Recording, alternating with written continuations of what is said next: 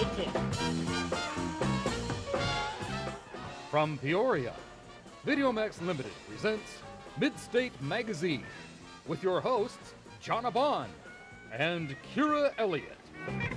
State of the Arts with Davida Jackson. Award-winning news with Elise Escaronli and Starlina Trainer. And the Midstate Reporters. The Sportin' Life with Charlie Marlowe. Street Team with Emily Morrow and Teresa Philbin. Our man with the movies is Bob Maher. And Food for Thought with Lanika Jackson. And Jacqueline Heineman takes us about town. Now, from Studio One at Bradley University in America's friendliest city, Midstate Magazine with your hosts, Jonna Bond and Kira Elliott. Greetings, Peoria. Thanks for joining us at Midstate Magazine. I'm Kira Elliott. I could have done that so much better than you did. What are you talking? Jonna, we decided it's my turn to do the welcome this week. Yeah, but like, it's not my fault. I'm better at things than you are. What are you talking about? I think we all know it's not true. Oh yeah? Yeah. Yeah. Yeah, Okay, I'm pretty sure. I don't know. Why don't we just take a look at this week's events? I didn't think you wanted to embarrass yourself. I don't think I will be embarrassing myself because I think I'm better at things than you are. Okay. Why don't we let our We're viewing gonna take audience a look at this week's events. see who's better? All right. Let's take a look.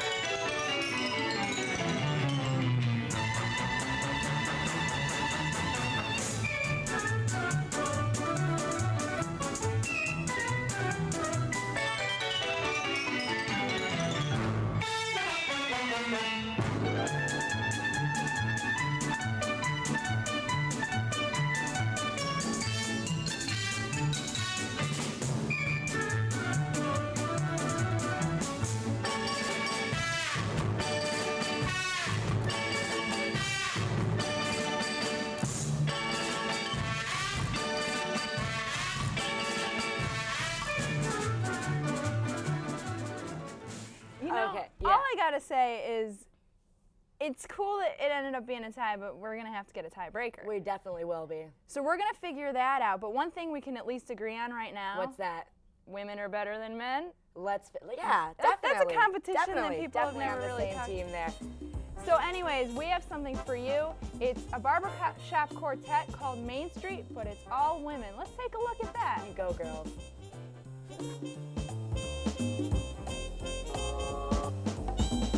Swing down, chairs up and let me ride. Swing down, chairs up and let me ride. Rock me, Lord, coming easy. I got home on the other side. Swing, swing, swing, oh, swing, swing, swing, well, Ezekiel went down to the middle of the field, saw an angel working on a chariot wheel. What's so particular about that chariot wheel? He just wanna see how the chariot feels. Swing down, chariot, stop and let me ride. Swing down, chariot, stop and let me ride. Rock me, Lord, coming easy. I got home on the other side. Swing, swing, swing, Well, Ezekiel went down and he got on board. The chariot went a-bumping on down the road. What's so particular about that bumpity road? He just wanna lay down his heavy load. Swing down, chariot, stop and let me ride. Swing down, chariot, stop and let me ride. Rock me, Lord, coming easy. I got a home on the other side. Swing down, chariot, stop and let me ride. Swing down, chariot, stop and let me ride. Rock me, Lord, coming easy. I got a home on the other side. Swing down, chariot, stop and let me ride. Swing down, chariot, stop and let me ride. Rock me, Lord, coming easy. I got a home on the other side. On the other side.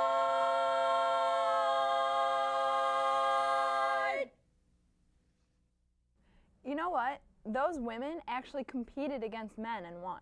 That's amazing. I think that's pretty amazing. I think that we could do it too. Bum, bum, bum, bum, bum, No. bum. No. Okay. Okay. All right. Well, whatever. Well, We coming can't up sing. is someone that's very competitive, Bradley Speech Team's own Carrie Thompson. That's right. And right after that is Street Team with Teresa Philbin and Emily Morrow. They're doing a special Halloween edition. So let's check both of those out for Stay you. tuned.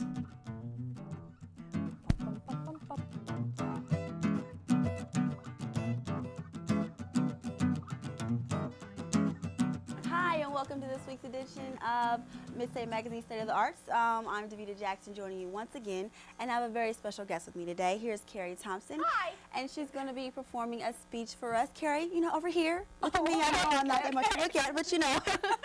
Look at me. You're going to be doing a speech, The Death of Courtship. How many times have you performed this speech? Like, what got you involved in It was actually a speech I did freshman year for the Bradley Speech Team, and I performed it all throughout the year at different competitions. And I'm not performing it anymore. That's why I do have the script with me. But I'm actually only going to do the introduction of it because it is a 10-minute speech. It is a 10-minute speech. But I know I'm going to love it, and everyone out there is going to love it. And it's called The Death of Courtship, kind of about men and women in dating. it's an after-dinner speech. It's one of the events we do on the speech team. And it's really like a humorous / persuasive speech. All right, well, I'm going to give it to Carrie. Entertain us Thank with you, your Davita. speech. All right. When nature calls, I answer. Tired of the drudgery of husband shopping, I sent off to Antarctica to find myself a husband. And then I saw the penguins. You know, why not? They're cute, well-dressed, and God-fearing Catholics. So then I saw him. His height, well, it was the same as mine. But flipper length, yowza. I'm set. But unfortunately for the rest of you, the death of courtship has made the goal of a mutually beneficial relationship an endangered species. Gay, straight, or penguin. Our abuse of human mating threatens our socio-emotional health, degrades the value and importance of marriage, and leaves lots of people thinking that Married with Children is a reality-based TV show. The May 20th, 2001 New York Times reports that divorce rates have risen 30% since 1970, causing over half of all marriages to end in divorce.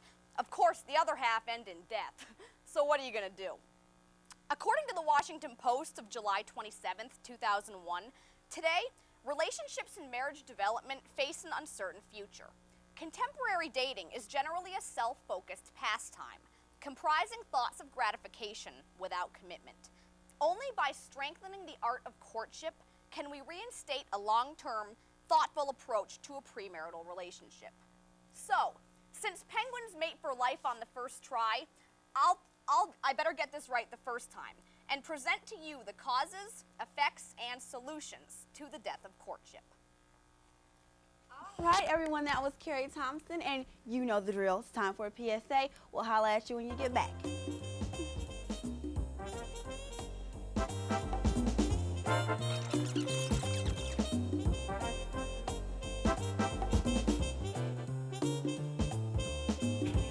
I was a liberal arts major in college. I didn't speak a second language. What could I? What could I offer the Peace Corps? The answer surprised me. I served in South Africa teaching HIV/AIDS awareness. Working with my students in Nicaragua was a great experience. We taught each other a lot about our countries and cultures. This is the Peace Corps today. Redefine your world. Join the Peace Corps. Apply now at peacecorps.gov. And hey guys, I am back again with Carrie Thompson, who did a wonderful speech. Even though you had the paper in your hand, I really couldn't tell. She had all those facial expressions and her voice and the inflection. I know some speech terms, inflection, pronunciation, and all the little things they make you do. What's a little thing they make you do to make sure that you pronounce things right? Do you have any little sayings? That's really funny that you asked that. The speech team and a lot of different public speakers actually have these different kinds of warm-up drills that they do to warm up their vocal cords. And part of it consists of doing a lot of different tongue twisters and silly stuff just to be able to get your mouth like. Do you have one we can teach the audience and everything? So if you're sitting at home, make sure you're listening and mouthing with us. Okay, let's mouth. Usually at a speech tournament, we start off by stretching out our facial muscles. Okay. So we go like this. And that's what we call lion. So lion. Lion. And then fish. So it's lion, fish. I'm making some ugly faces right now. You got to make a fool out of yourself to get warmed up. And then we do stuff like different tongue twisters like red leather, yellow leather. Red leather, yellow leather. Red leather, yellow leather. Red leather, leather. See, I can't Carry one more. Blue glue gun, green glue gun. Blue glue gun, green. See, I can't even do it. I am so retarded. You get used to it. You get used to it? It's just different things like that that you say, especially with the speech team, or just really all around if you want to get warmed up for some kind of speaking event. It's really fun to use tongue twisters just to get yourself pronouncing all the different consonants. Twist your tongue, and then you twist your body and get it all loose. Exactly. Because public speaking is the #1 fear of people around. It is. This is one of my favorite statistics. Public speaking is actually the #1 fear in the entire country, and second is death. So it's pretty funny that more Americans are afraid of public speaking than dying. I think third is spiders. Third is spiders. Yeah. I know I'm arachnophobia. So, messed me up. public speaking, death, spiders. Public speaking, death, and spiders. So what made you get over your fear of speaking, and what made you want to speak and be on the speech team? Well, it's always just sort of been a passion of mine, I guess you can say. People don't believe me when I say this, but I've never actually had stage fright for public speaking. I haven't either, so we share something. Yeah, really, the one thing you just can't be afraid to mess up. I mean, you got to realize that your audience is also human, and they're going to accept you whatever happens. Are there any tips you can give people who are afraid of public speaking that you know? Be confident. Be confident with your material that you're presenting. Picture everyone naked. Is that a good one? See, that would never. I always consider that to be a little more distracting. A little more distracting than anything. Yeah. Because there might be a big person in the audience. I don't recommend that one. Are there any tips that you've learned? No. Really it's really all a mental thing. You got to prepare yourself mentally and keep saying that you're not going to be scared. That sounds kind of corny, but it definitely works. All right, you heard her. Keep calm, stay committed, and speak. I'll see you next week on State of the Arts. Thanks for joining me.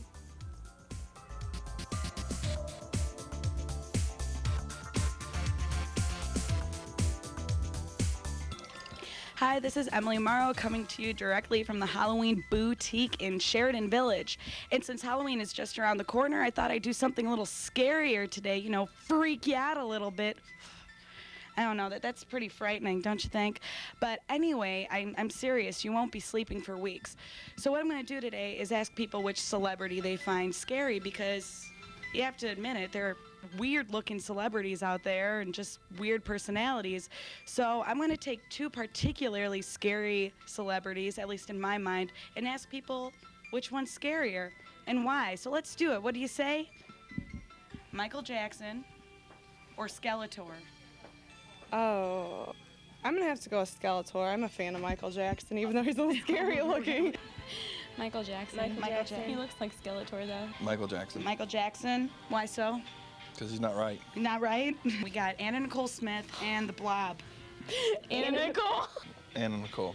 Ooh, Anna Nicole Smith, she is the Blob. She is the Blob. Have you seen her show? Yes, yes, just, you know, all over the place. You know, Scott Bakula or Count Dracula? Dracula. Dracula. Ooh, him. What is he? Who He's is from he? Quantum Leap in that new Star Trek show. I think I'd rather see him. Scariest. Scary Count Dracula, just from, you know, his reputation. He just doesn't. Look at his face. He just looks really scary. And who are you? Where am I? Why am I in a show? I'm ugly. Good point. Got Joan Rivers and Melissa Rivers. Oh, okay. Well, she's got to be. Too many makeovers. Too many makeovers, yeah.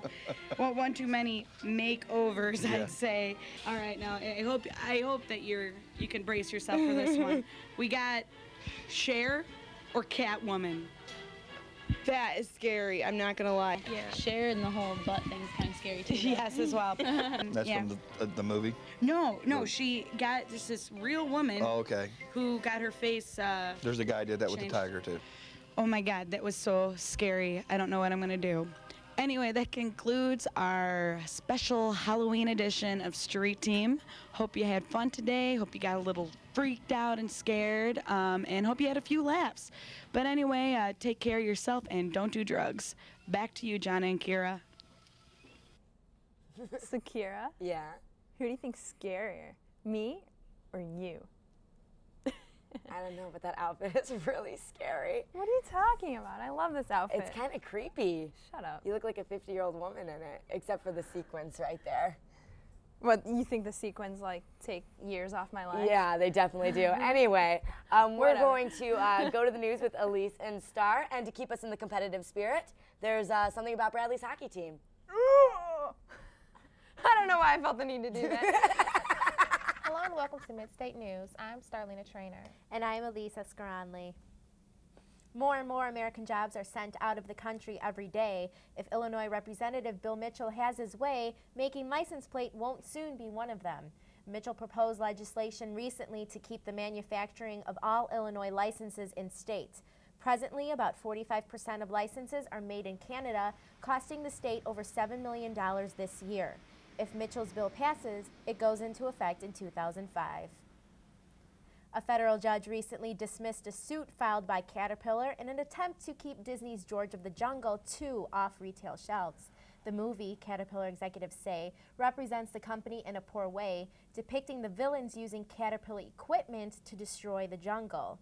District Judge Joe McDade called the film a live-action cartoon, stating that he found it hard to believe that anyone would take the position that Caterpillar supports destroying the jungle. Bradley students looking to enter the professional world have a new tool at their disposal. Bradley's Office for Alumni Relations introduced a mentor program last year to rave reviews.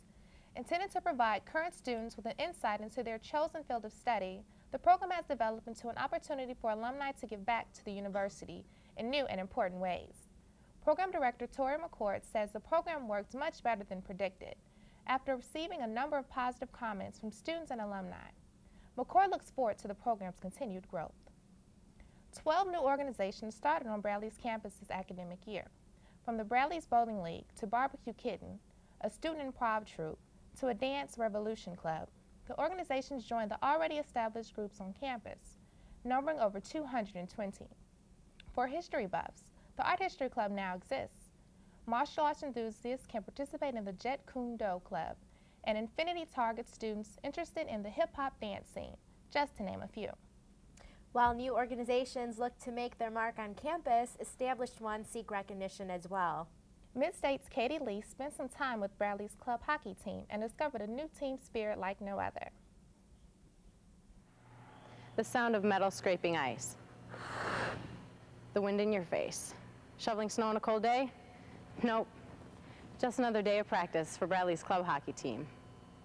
After winning the regular season last year, the Braves are poised to make a strong showing this fall. According to head coach Bob Hughes, these men embody the term student-athlete and show a true dedication to their sport with twice-a-week on-ice practices and off-ice drills an additional 2 hours each week. You've heard the term student-athlete. These guys are the true student-athletes. There's no free ride here. They pay their way to play, and the guys you see out here practicing and playing are people that really love the game of hockey. Basically, we work on the fundamentals every practice, passing, skating, and shooting. Most of the drills are skills that we'll use in game situations, whether we're playing at even strength or power play. So every drill here has a purpose of repeating in a game situation. The men are encouraged to lift and stay in shape during the off-season, but still manage to have fun. Team captain Brendan Monge cites bus rides to and from games as a source of camaraderie and entertainment. We sing on the bus and stuff. It's a lot of fun, and as far as squirrels go, there's really nothing. I mean, it's nothing that gets past friendly arguments, you know, just having a good time. Since the team was founded in 1968, the Braves have taken home 3 league championships in 1986, 1995, and 1996. But as a club sport, they have never received much recognition on campus. I'm on the team because I love hockey, and if Bradley didn't have a hockey team, I probably wouldn't be here. The team gets very little financial help from the university, and their coaching is done entirely by volunteers. Coach is a good coach. He comes out, he doesn't get paid. He's a volunteer. He donates all of his time to us, and we really appreciate it. He's a good guy, you know, knows what he's talking about. They love the game or they wouldn't be here, and it's my passion. And so I get a lot of enjoyment out of just being here with these guys and kind of living it over vicariously through them. He works us hard, and we respect him, and he respects us, and it's a two-way street. Home games are held Friday and Saturday evenings at the Peoria Park District's Owen Center at the corner of Lake and University, about 5 minutes from Bradley's campus. Reporting for Midstate Magazine, I'm Katie Lee.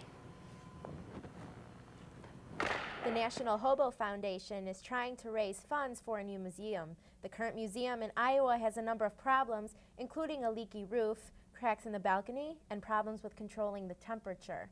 The foundation hopes to raise $300,000 and open the new museum in 3 to 5 years. The National Hobo Convention is held each August in Britt, Iowa, where the museum is located. Though it's often associated with the 1970s, the lava lamp is celebrating its 40th birthday this year. It seems younger, but this light entertainment was first introduced in 1963. The globe full of oozing wax and colored water was an instant hit, selling millions. Since then, it's never been out of production in the United States or the United Kingdom. Today, collectors can find lamps anywhere from $170 to $3,500. While it may be true that those who aren't American want to be American, some mothers in South Korea are taking it to an extreme. Last year, some 30 children between the ages of 12 months and 10 years had surgery to shorten their frenyanlung, the piece of skin that connects the tongue to the floor of the mouth. Believing that the alteration will allow their children to speak English more clearly, mothers shell out around $130 for the procedure. The relatively simple surgery takes less than 5 minutes, and according to Dr. Bae Jun-ho, holds little to no risk. Now Elise joins a special guest, James Lynch, in the studio today. Elise? Thank you so much, Star. Today we have James Lynch from the Phi Kappa Tau fraternity. He's here tonight to basically talk to us about the annual haunted house that Phi Tau puts on. Welcome to the show. Thank you for having me. Thank you for coming and speaking with us today. Obviously, we're here to talk about the awesome haunted house that you guys put on every year. Just first things first, when does it exactly start this year? Okay, actually it's starting tomorrow night at 8 o'clock. And, well, I can give you the rest of the dates if you like. It's going to run Friday and Saturday of this week, and then next week on Thursday and Friday, and that Friday is actually October 31st. So what times does it actually start, and how long does it go? It's a couple different times. Actually, tomorrow is going to be 8 to 12, and I think the rest of the time it's actually 7 to 1. Now, I've been to this haunted house like 3 years in a row, and Right. I get scared every time I'm there. I mean, like really scared. Do you guys cater to college students, or what kind of age group do you aim for? Because I mean, there's a lot of scary things in there. Are there more kids, or who do you actually want your audience to be? Well, actually, mainly it's the Peoria public that I think we had 60% Peoria and then like 40% Bradley students. So we like, you know, children of all ages. I mean, we'll just kind of dumb down the scares a little bit, you know, so we can have younger kids show up, you know, because a lot of Peoria residents live around that kids too. Right. So why do you guys even do this? What's the whole point of doing this every year? Okay. Well, first of all, we donate the money to the Hole in the Wall Game Camp. And how it started, I guess, I can tell you that, was a brother in the fall of '92, John Lush, actually decided to go through a couple haunted houses, one of his neighbors, and actually thought it was a great idea. And he brought it back over fall break, and everyone's like, oh no, let's not do this, this is dumb, we're not going to raise any money. But everyone left, and he decided to build it anyways with fellow other brothers too. And they did it, and they didn't raise any money. They barely broke even. And but actually, since then, we've continually raised money. Actually, last year we raised over $11,000. Oh my gosh. So, and actually, John Lush, when he graduated, I think he raised over $1,000. But unfortunately, he was murdered shortly after graduation. But we dedicate his memory to the haunted house. That's kind of why it's so important that we do it every year and try and better ourselves. Right. Well, that's an awesome cause. I mean, it seems like it's a huge production, and obviously, you know, people that have gone see that it takes a lot of work. How long does it take you guys to actually build it and set it up?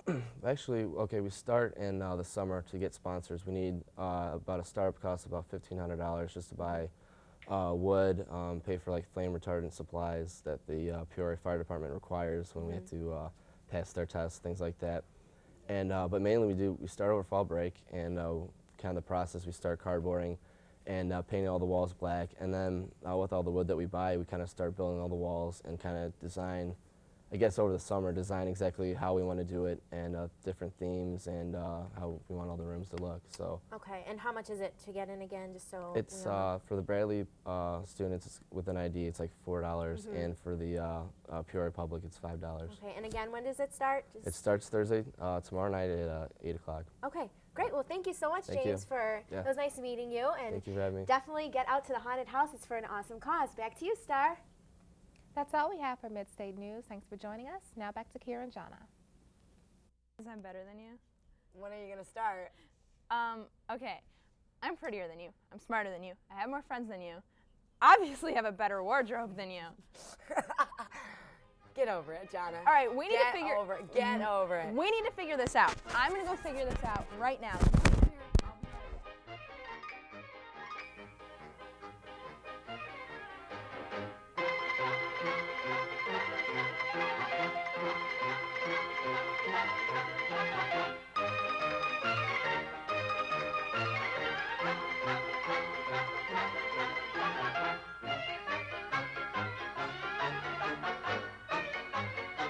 Hey everyone, welcome to Get Real. This week's film is one of my favorites, Dead Poets Society.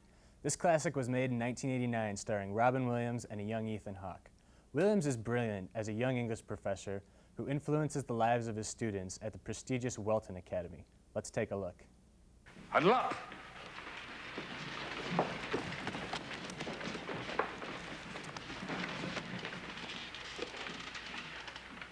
We don't read and write poetry because it's cute. We read and write poetry because we are members of the human race, and the human race is filled with passion. Medicine, law, business, engineering, these are noble pursuits and necessary to sustain life. But poetry, beauty, romance, love, these are what we stay alive for. Dead Poets Society isn't your typical high school romp.